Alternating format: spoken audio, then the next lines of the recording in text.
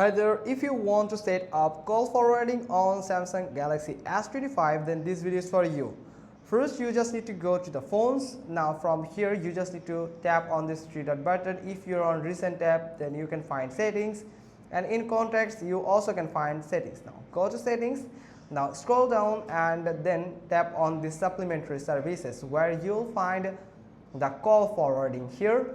After a short loading, you can just access all of these options. Let it send your contacts. Now from here, you can just tap on call forwardings. Now you can set up call forwarding for voice calls and video calls. For voice calls, tap on it, and here it is sending your numbers, and from here you can tap on always forward to set a number for always forward. Now forward when busy, you can set up for forward when unanswered. You can forward when unreachable. You can add the number that you want to use to forward the call to another number when you are unable on this number.